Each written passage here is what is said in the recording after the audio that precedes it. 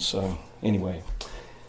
In Luke chapter 11, last week you remember Jesus cast the demon from a man who was mute, or a woman. The text doesn't say whether it was a man or a woman. And he's slandered for it. And there's an aspect here in this little event in the Gospels that teaches something, at least as far as I can see. What does it mean when a person has been cleansed of the things that were in them, whatever they are, that keep them away from God, and then they've drawn near to God, they're cleaned out, but then no effort is made to walk in that? What does that mean? Let's take a look at this text today. I'll begin reading in verse 24. When an evil spirit comes out of someone, it goes through arid places seeking rest, and it doesn't find the rest. Then it says to itself, I'll return to the house I left, and when it arrives, it finds that house swept and clean and put in order. Then it goes and takes 7 other demons, more wicked than itself, and they go in and they live within the cleansed house. And then the final condition of that person is worse than the first. As Jesus was saying these things, a woman in the crowd cried out, Blessed is the mother who gave you birth and nursed you. And Jesus said, Blessed rather are those who hear the word of God and obey it. As we look at this text, that last passage is something to keep in mind. That last verse is very critical to understanding this text. First of all, these people slander Jesus for casting this demon out, which says to me, the old adage, no good deed goes unpunished, was still in operation back then as it is today. I think about that a lot. You know, if you see somebody and they drop something in Walmart and you go to help them, that's when you'll slip down and bust your Watusi on the Walmart floor as you go to try to help somebody out. No good deed goes unpunished, it seems. But think about this poor guy who couldn't speak. You're in a culture where most people can't read. And so this guy can't speak. So think about the trap that he's in a culture where that is everything for him. And then all of a sudden the Lord sets him free. How happy was he? Jesus then uses this moment to teach something to us about something we could know nothing about if Jesus didn't tell us. Now, that is the supernatural. Everybody in this room is acquainted with what that term means, supernatural. We know what that is. We know we've read our Bibles, we've been in Sunday school, we've listened to the axe head, the story of the axe head that floated and the parting of the Red Sea and the Mount Sinai experience and all those features that we accept as truth, and I accept as truth from the pages of Scripture, and Jesus healing this man and the other people he healed. But if Jesus didn't tell us about what those things mean, they would just be experiences. If you think about a person's mind, there is a philosophical structure that says everybody comes into this world what is called tabula rasa. That means a blank slate. Your mind's just this completely plastic thing in your skull, and that as you grow up, all the experiences of life gradually mold that thing in your skull into who you become. Now, I think that's wrong. I think there are things about us that are far deeper than just being like a lump of Play-Doh that gets squished around into a new shape, and I think our minds are far more complex than that. However, if Jesus didn't tell us about the supernatural, that would be all we had. This person over here, you know, they picked up a rock and they flipped it over 6 times and their dog got well. That's how you do it. Or this person over here went and bought a flower, tore it into 25 pieces, put it in an envelope, burned it, and said a few words over it, and their father got well. That's how you do it. And pretty soon, the whole world would be, as it was in Jesus' time, filled with all of these, this is how you do it. That's how the Jewish exorcists did what they did. They all had different means, different formulas. That's how you do it. You see, if somebody from the supernatural who tells the truth always doesn't come and tell us what the supernatural is really like, We don't have any way to know.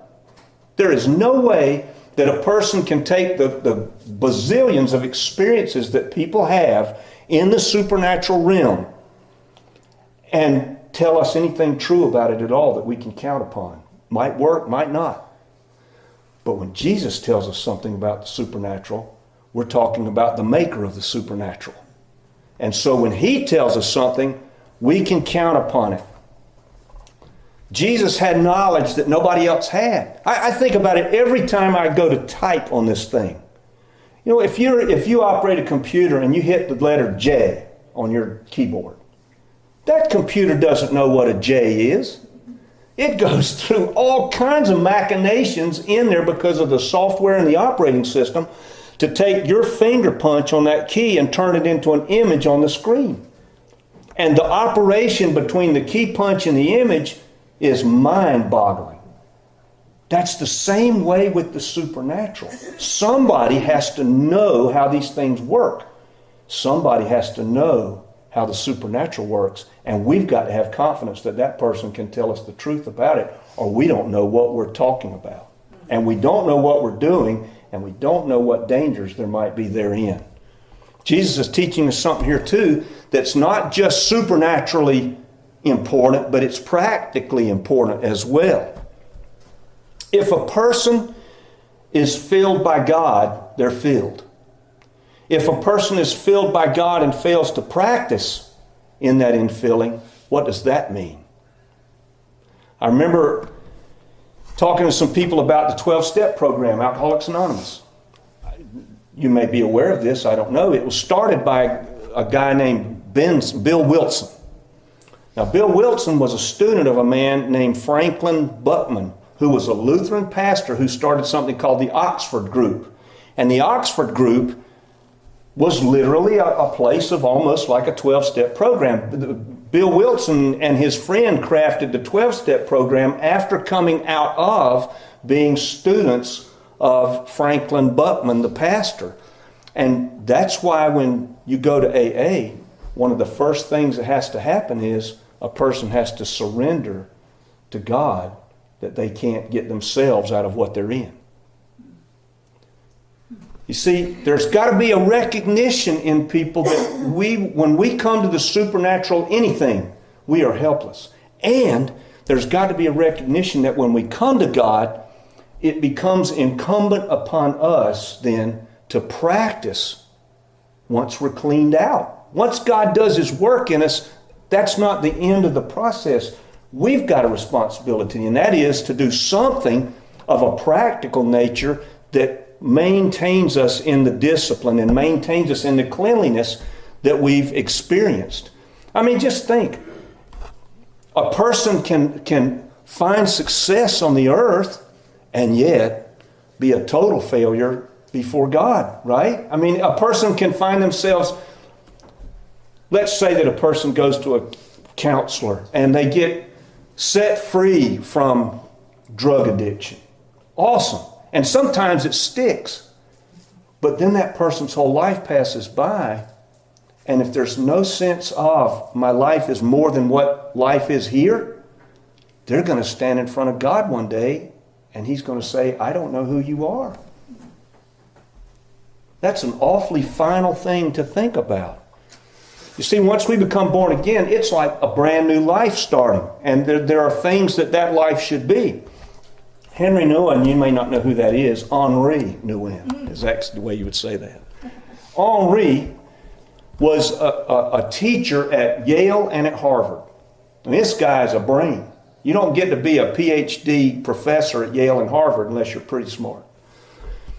And he taught for 20 years, and then all of a sudden he was also a priest, a Catholic priest, and he felt a call to go and be at this place called L'Arc, which is a place where people who have been injured or they were born with some serious debilitation, they have no option but to be institutionalized their whole life because they cannot take care of themselves in any way.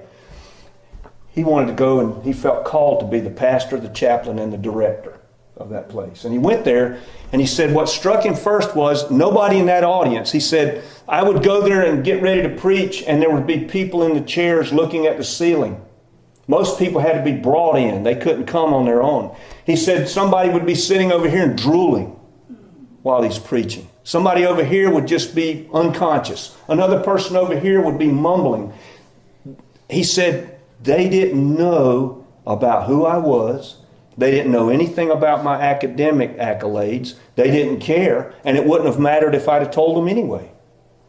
In other words, he said, the intimidating thing about coming to that spot in life was I was starting my life all over again. That's what happens when we become born again. It's a brand new start. We're cleaned out. But then there's a place where we've got to participate in it, or it does not stay like that. Now, I don't understand it. The Spirit of God comes to live in somebody. They're cleaned out. They don't participate in walking in it. What happens to them? Jesus is saying, look, it's worse than when you started out. I don't know what that means. I'll just tell you, I don't know what it means, but it's not good. It's not good. And you and I have a choice about that.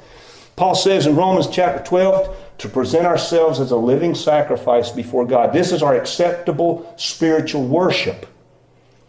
It doesn't have categories. It just says bring our whole selves. And then he says there's a good thing that's tagged onto that. That you and I, because we're born again, because the Spirit of God lives in us, we can now make choices that we could not make before. And we can come to a place where we can, Paul says, by the renewing of our minds. How does that happen? We're doing that right now. We're doing that now. We did it in Sunday school. Every time we make an effort to pursue God in these disciplines, we are being renewed. And we can spend our whole life like that if we want. That's a good thing. That's a good thing. But I'll tell you this, if we don't, other things will fill the void that aren't good. They're not good. It's a stretch for some of us. I mean, God, I promise you this. If you don't remember anything about this sermon, which is likely, promise you this. Remember this. God will honor the pursuit. I promise you that. If you and I will pursue God with the disciplined effort to draw close to Him, He will honor that pursuit 100% of the time. And you can count on it. So do we hold ourselves back from Him and say, these are areas, God, in my life that you just can't touch. I'm not interested in having you touch this area or this area. Do we do that? If you don't think this is real, there's a guy who was a pastor, a Lutheran pastor for 20 years. And he got really interested in atheism. He just thought, what is it with atheism? He thought to himself, the only way I can find out is that I would take a year and I'll live like an atheist. So he did. He was still preaching and teaching. He was doing all the church stuff. But he didn't pray, didn't read his Bible. His sermons became kind of social commentaries on everything. And after a year, guess what happened? He became an atheist. And he's still an atheist today. He's writing books. Now, that tells me something. We have a responsibility before the Lord. He gives us everything. It's kind of like being in the garden again. Here are these two people. You've got the whole world. It's all yours. You just take it. Be fruitful and multiply. Rule and subdue. It's all yours. And yet we fail. And it's kind of like that for us. God says, you're born again. Everything you ever did is as far as the east is from the west in my memory. I'll remember it no more. You're forgiven. You're brand new. You're set free. But we have to choose to walk in it. That's our choice. This man I read about who was expelled from Iran. Now, I don't know why. Maybe, I don't know what he was doing that got him expelled, but they expelled him. He wound up in a French airport. He landed there. And he stayed there for 11 years. In the airport. He became a homeless person living in the airport. He ate the concessions. You got all these vendors. I don't know where he was getting his money. I guess he was begging. Well, the French authorities said, we've had enough of this. We need this guy to go. And so they went to him and they said, we're going to make your life awesome, Mr. Hussein, whatever your name is. We have with us in our briefcase today all the papers that make you a legal citizen of France, and now you can go anywhere you want. If you want to leave here and fly out, if you want to live in France, whatever you want to do, all the paperwork's here for you. He took all the paperwork, stuffed it in his jacket pocket, and went back to the bench where he'd been sitting for 11 years. And he stayed there. That happens to a lot of us. God gives us everything. He changes us. He fills us up with His Spirit. And sometimes we just choose to stay like we are. And we don't have to. There is nothing in your life or mine of a besetment that we can't bring to Him, and He will deal with it somehow. It may not be the besetment leaves. It may be that just God gives you or me the peace of living with the besetment as it is. But that's a whole lot better than just dealing with the besetment all by ourselves. He does that. But it's up to us to pursue it. It doesn't have to be that we remain as we are. We can be new. And we can be new each day, and we can follow that course on into eternity. We get to pick. I don't know where everybody is today, but if I've said anything